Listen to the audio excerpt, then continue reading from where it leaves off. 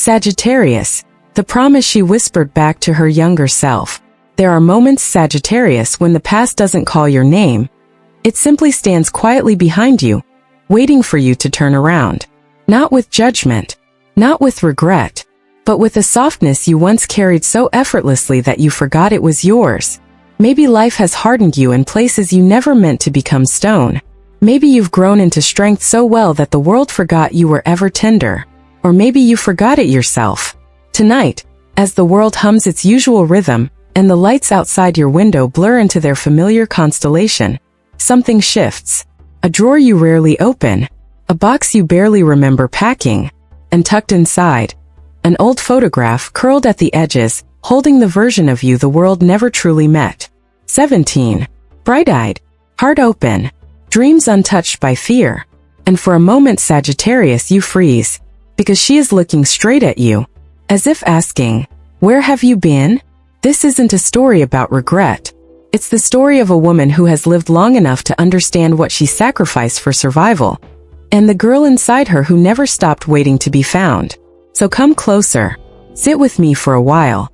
Let me tell you a story. Not about romance, not about loss, not about someone who didn't stay, but about you. The you who wandered far, fought hard, loved deeply, and broke quietly. The you who learned to carry everyone else but forgot the promise she once made to herself. Because tonight, Sagittarius, the past isn't something you revisit. It's something walking toward you gently, asking to be remembered. And this time you're finally ready to hear her. Map 1. The faces she thought she had forgotten. The photograph that stopped her breath. Elena hadn't opened that drawer in years. It was the kind of drawer people leave untouched, not because it's cluttered, but because it holds versions of themselves they no longer know how to face. When she pulled it open that night, searching for a notebook she thought she'd misplaced, an old photograph slipped out and landed by her foot. She bent down without much thought, picked it up, and froze the moment she turned it over. There she was. 17. Sunlight on her shoulders, hair wild in the wind, eyes bright with the certainty that she would one day grow into the woman she always dreamed of becoming.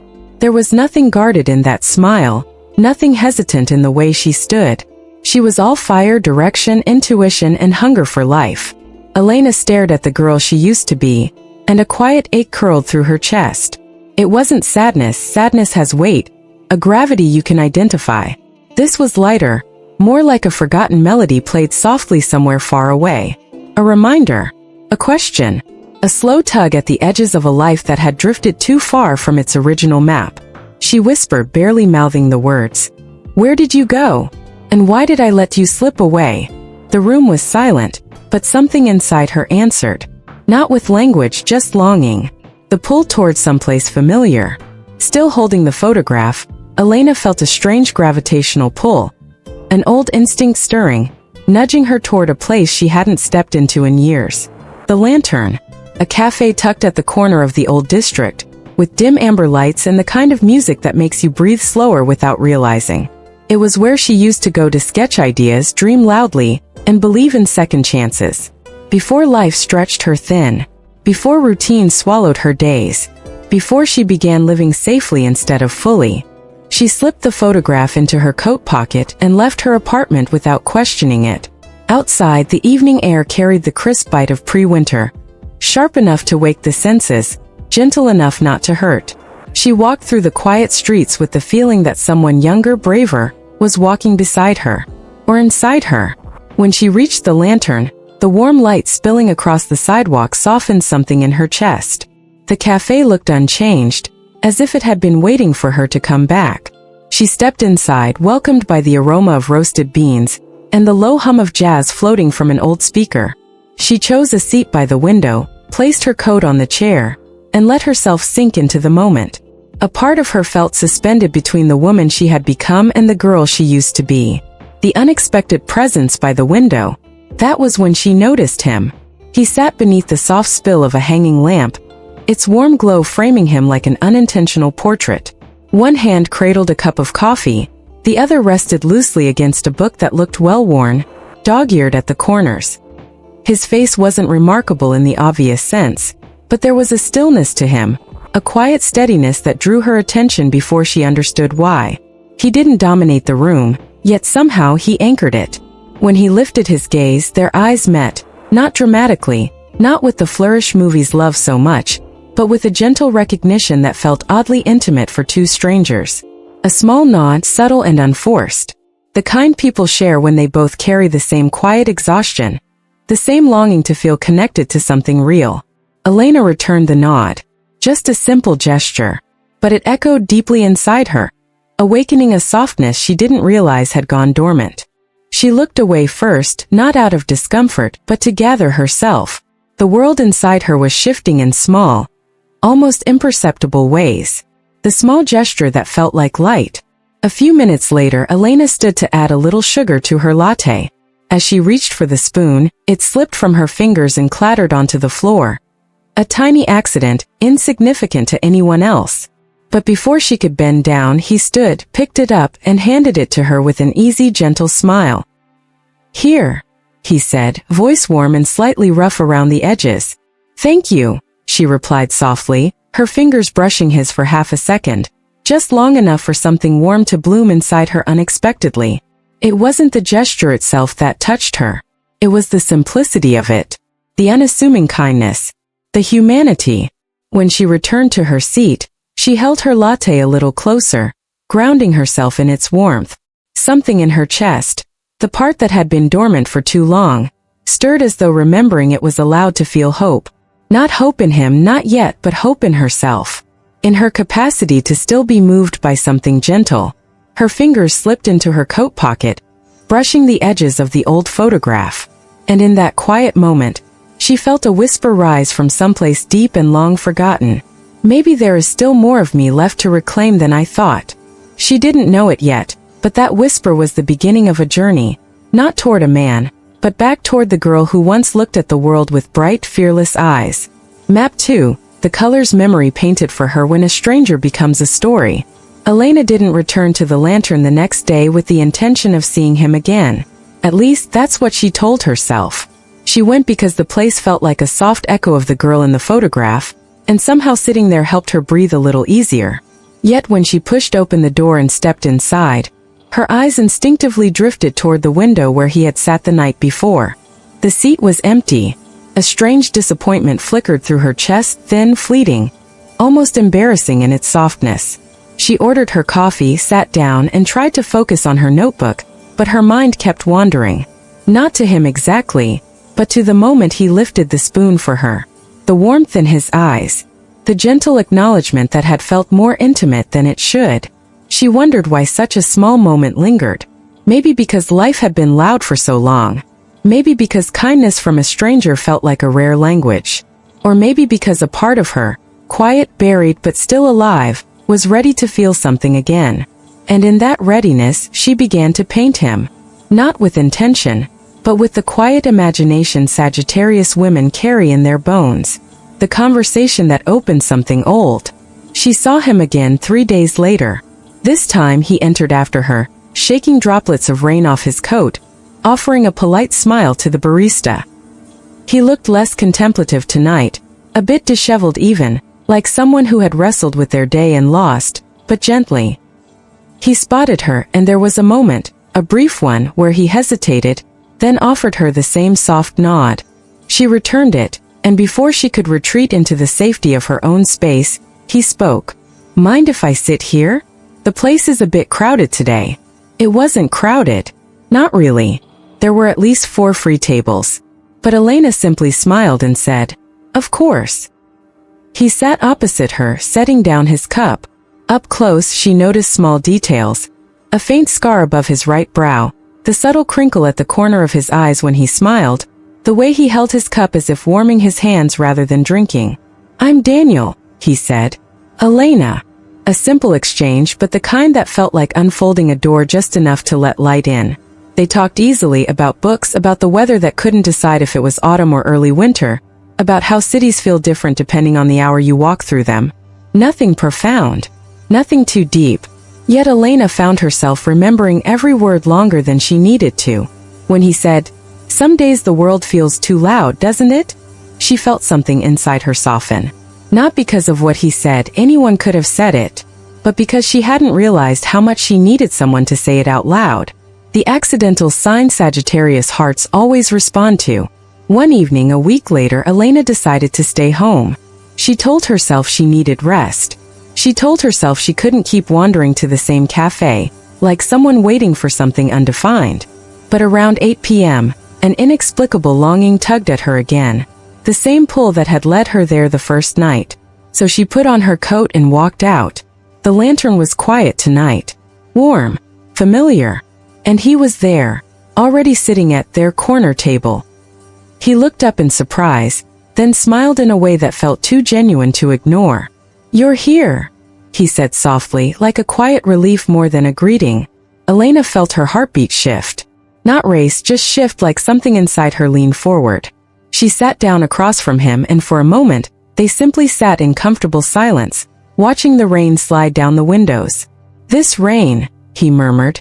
"It always makes the world feel like it's pausing." And Sagittarius hearts, they always fall for pauses more than declarations. To Elena, the coincidence felt like a sign. Not a dramatic one, just a whisper. This means something. She didn't know that she was already coloring the moment with a softer palette than reality had offered. The imagined depth that felt real.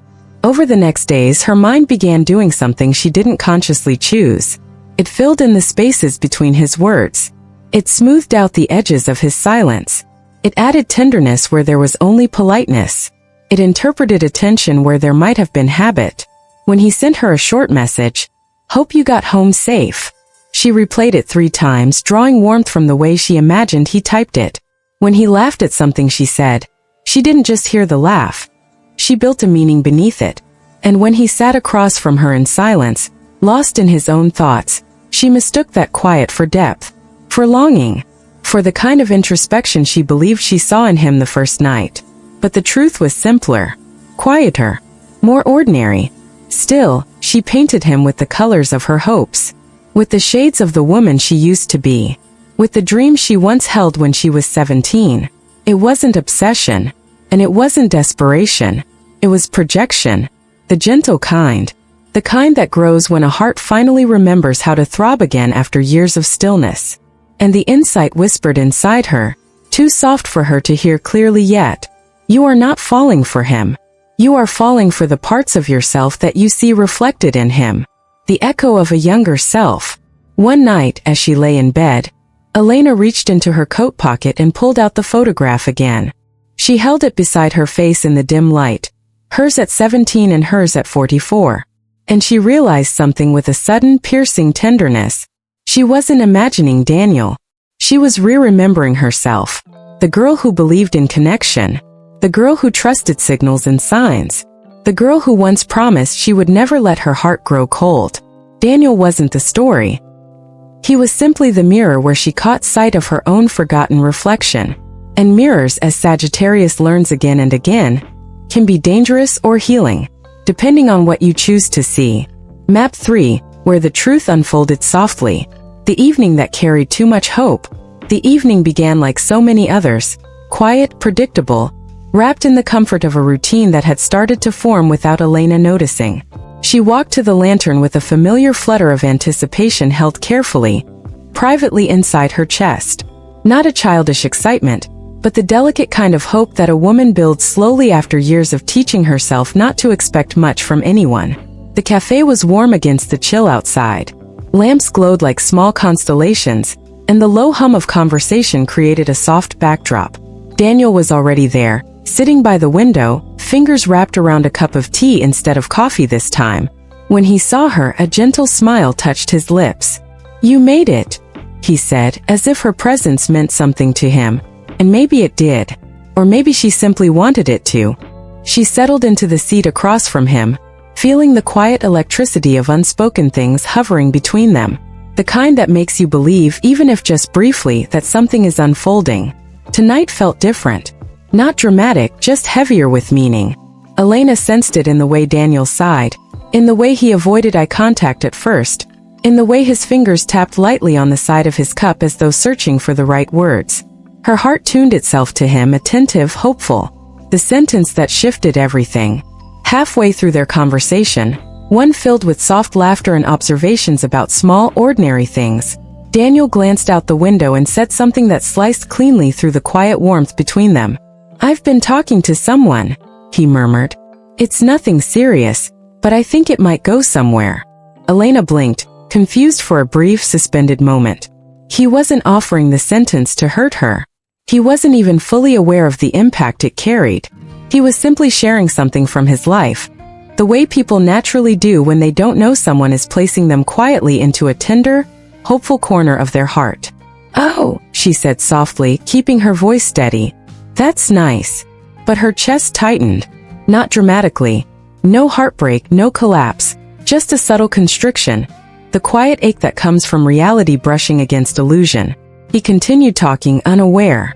About how this woman was kind, how they'd gone on a few walks, how he wasn't sure where it was leading but he was open to seeing. Elena nodded, listening, even smiling when he did. But inside her, something delicate was unraveling gently. Because in that moment the truth arrived. Not with cruelty, not with betrayal, but with a soft, undeniable clarity. The version of him she'd been dreaming into existence was not real. The mismatch she could no longer ignore. As Daniel spoke, Elena started noticing things she hadn't seen, or hadn't allowed herself to see before. The way he forgot the story she told him last week about her father. The way he shifted the conversation back to himself without realizing. The way he laughed, warm but distant, as though a part of him was always somewhere else. He was kind, yes. Gentle, yes. But he was not the deep, intuitive presence she had imagined. He was just a man. Human. Flawed. Ordinary. And the realization didn't crush her. It humbled her. It made her understand how much of their connection she had crafted from her own longing. How much weight she had placed on gestures that were never meant to carry meaning. How much she was reading into the pauses, giving poetry to silence that was meant to be simple. Daniel wasn't unkind. He simply wasn't hers. Not in the way she had quietly hoped, where the truth glowed in the dim light. He eventually looked at her, sensing something shift. "You okay?" he asked, concern softening his brow. "I'm fine," she whispered, and for the first time tonight she meant it truthfully, though not in the way he thought. Because there is a particular kind of peace that comes with seeing reality clearly. Not the peace of victory, but the peace of surrender. The peace of finally understanding what was hers and what was never meant to be. She wasn't losing him. She was losing the illusion she had wrapped around him. And in their place something warmer rose. A quiet acceptance, a gentle clarity. She realized she had not been falling in love with Daniel. She had been falling back into herself. Into the part of her that still hoped, still dreamed, still believed in connection. Into the girl in the photograph who looked at the world with unapologetic longing. Daniel was simply the mirror, the spark, the accidental witness to her awakening, not the destination.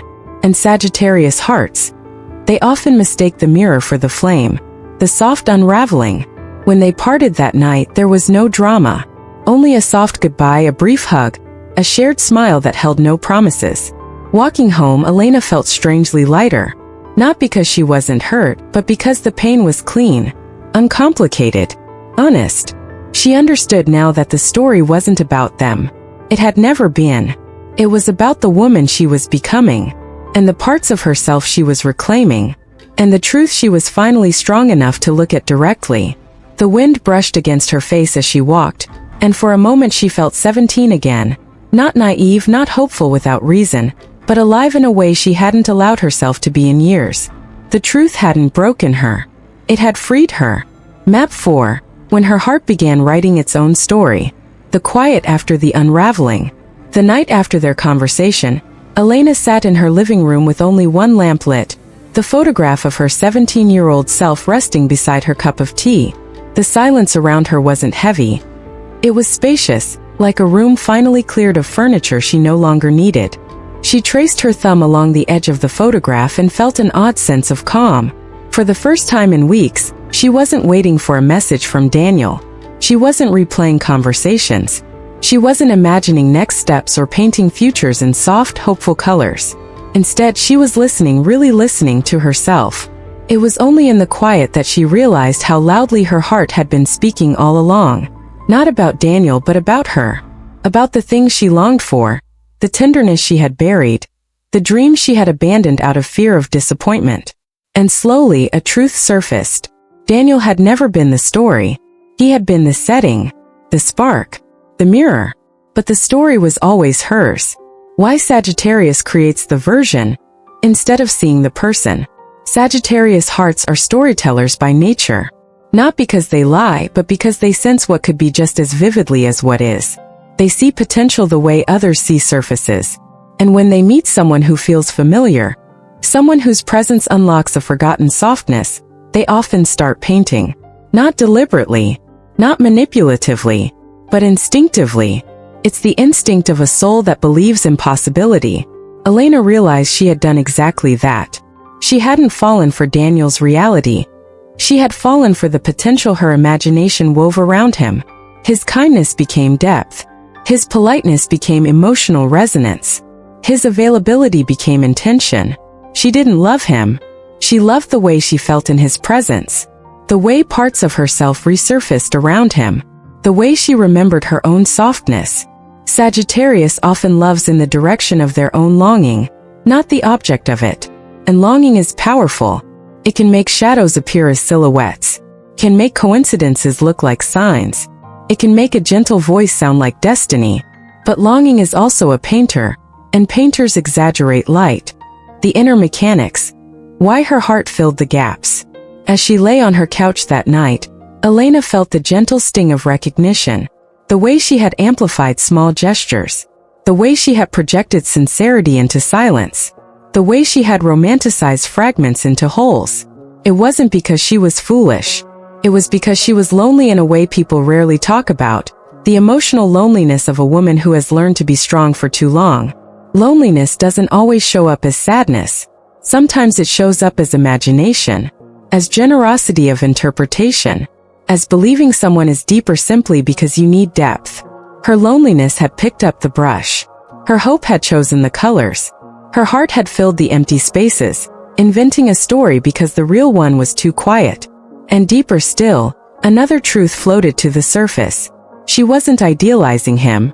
She was idealizing the version of herself she used to be: braver, open-hearted, unafraid of wanting something. Daniel wasn't the dream. He was the trigger for the dream. Mirror psychology whispered loudly here. When Sagittarius idealizes someone, they are often trying to reconnect with parts of themselves they lost along the way. The fear beneath the hope. Hope is beautiful, but it often hides a quieter, more fragile truth. Fear.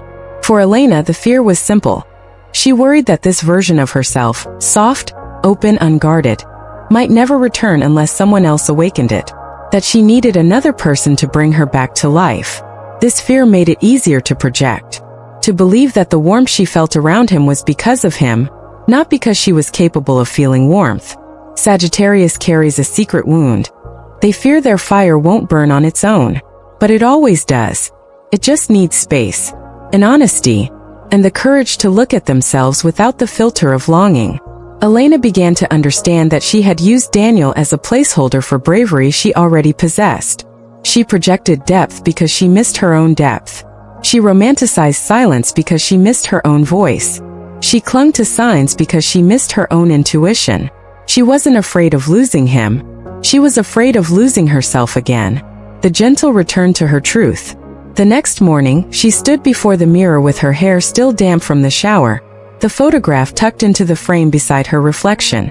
She studied the girl at 17, then the woman she was now. She saw the same fire. Dimmed, yes, but not extinguished. And she finally understood the most important truth of all. She didn't need Daniel's presence to awaken her. Her awakening had already begun before he ever sat across from her. He had simply been a spark that illuminated a path she was already ready to walk. A temporary reflection of her own potential. A reminder, not a destination. Elena felt a quiet strength rise inside her. One she hadn't felt in years. Not the harsh strength she built from surviving heartbreak, but the soft strength of remembering who she was before the world told her who to be. She realized she didn't lose anything. She reclaimed something. Something precious. Something true. Something hers. And that realization, more than anything Daniel could have given her, was what began to stitch her heart back into wholeness. Map 5. When Sagittarius stepped out of her own story, the moment she finally saw clearly. A week after the conversation that shifted her understanding, Elena found herself standing in front of the same drawer, the same photograph, the same quiet space where everything had begun. But this time the moment didn't sting, didn't ache, simply settled.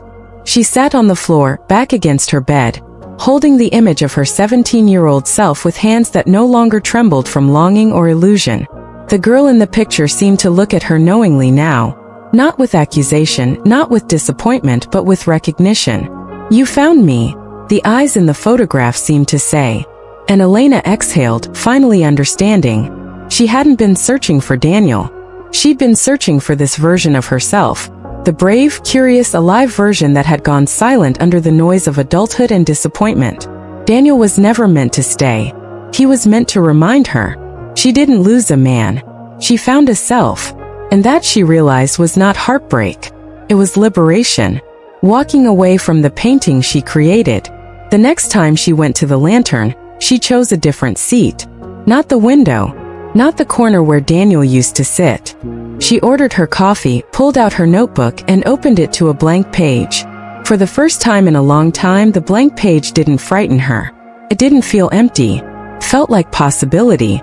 She wrote slowly, deliberately, letting the truth find its way onto the paper. "I didn't fall in love with him. I fell in love with the feeling of being myself again." As she wrote, a gentle sadness passed through her. But it was a clean sadness, the kind that comes from acknowledging something beautiful that didn't need to continue. Not all connections are meant to become stories. Some are just meant to wake you up. And waking up, Elena realized, was enough. When she walked past Daniel's usual table on her way out, she didn't feel the familiar tug. No longing. No projection. Just gratitude. The painting she had made of him, the depth she imagined, the tenderness she drew, the signs she interpreted, had quietly dissolved, leaving the real him behind. A kind man who had touched her life briefly, simply, unintentionally. And that clarity felt like sunlight finally reaching a room that had been dim for too long. The healing, truth, softness, and a promise renewed. Healing didn't arrive for Elena in a dramatic epiphany. It arrived in tiny shifts. The way she no longer waited for his messages. The way she woke up feeling present in her own life again. The way she no longer needed someone else's attention to feel warm. Her healing wasn't about letting go of Daniel. It was about letting go of the version of herself who believed she needed someone else to unlock her tenderness. Sagittarius often forgets this. Their fire is self-sustaining. Their hope is renewable. Their heart doesn't rely on permission to open. And somewhere between the photograph and the unraveling reality, Elena remembered a promise she had made at 17. Never abandon yourself. She had abandoned herself in moments, years even, without realizing it. Not in dramatic ways, but in quiet ones. By settling for less, by dimming her own longing, by waiting for someone else to reflect her magic back to her. But now she was returning. And returning is a form of rebirth. Love with eyes open, not closed. In the weeks that followed, Elena felt her world shift gently into focus. She no longer searched for signs and coincidences, no longer mistook attention for connection, no longer painted depth onto people who hadn't shown it. She loved differently now, with her eyes open, with her heart clear, with her expectations grounded in truth rather than longing. She understood the difference between hope and projection, potential and reality, the spark she feels and the story she creates from it. She could still love deeply, Sagittarius always does, but now she loved with awareness. And in that awareness, something beautiful emerged. She was no longer afraid to be alone with herself, because she finally liked the woman she found there. A message from Sophia to every Sagittarius listening. Sagittarius, if you're hearing this, lean in for a moment. You don't fall in love with people first. You fall in love with possibility, with soul, with the way someone makes you feel like the truest version of yourself. But sometimes the person isn't the home, the feeling is. And the feeling belongs to you.